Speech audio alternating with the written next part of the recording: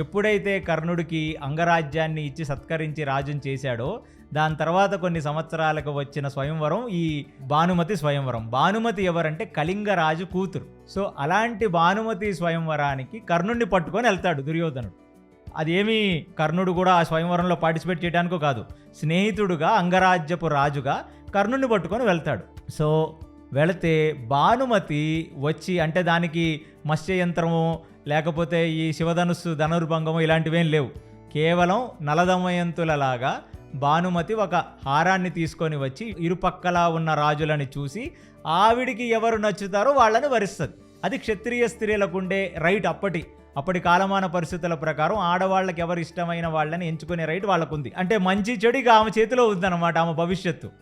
కాబట్టి ఆమె నడుచుకుంటూ వెళ్ళి కర్ణుణ్ణి దాటి దుర్యోధన్ని దాటి ఇంకా ముందుకు వెళ్ళిపోతుంది.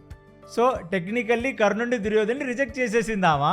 ముందుకు వెళ్ళి చూసుకుంటుంటే దుర్యోధనుడు అహం దెబ్బతింది. ఇప్పుడు నన్ను రిజెక్ట్ చేస్తావా నువ్వు?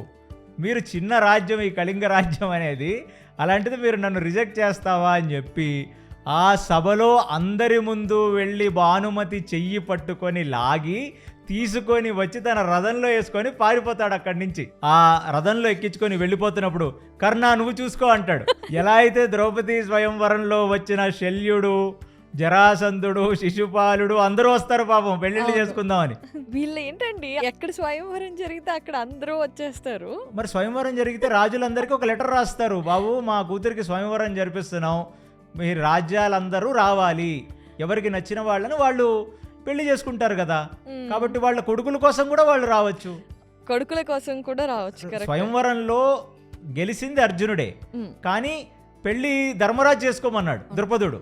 అలాగా రాజ్యంలో స్వయంవరానికి రావటం అనేది రాజు యొక్క ప్రధాన లక్షణం. వాళ్ళు వచ్చారు.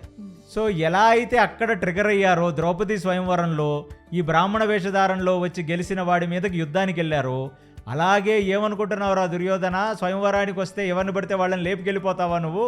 లేపుకెళ్ళిపోవడం కూడా కాదు, ఆ అమ్మాయికి ఇష్టం లేకుండా నువ్వు తీసుకెళ్తున్నావు. అంటే ఇక్కడ మగవాళ్ళు లేరనుకున్నావా, క్షత్రియులు లేరనుకున్నావా అని చెప్పి వాళ్ళు యుద్ధానికి వస్తే అందరినీ కలిపి కర్ణుడే ఓడిస్తాడు. సో కర్ణుడు ఓడించి ఆ భానుమతిని లేపుకొని దుర్యోధనుడు వెళ్ళిపోయి హస్తినకి వెళ్తాడు. వెళ్తే హస్తినలో భీష్ముడు అడుగుతాడు, ఇదేం దరిద్రం, ఎవడన్నా రాజు గెలుచుకొస్తాడు స్వయంవరం నుంచి, స్వయంవరంలోంచి లేపుకొని వచ్చేయడం ఏంట్రా అంటే ఇక భీష్ముడితో ఏం మాట్లాడతాడు? సో దుర్యోధనుడు మనస్తత్వం అలాంటిది.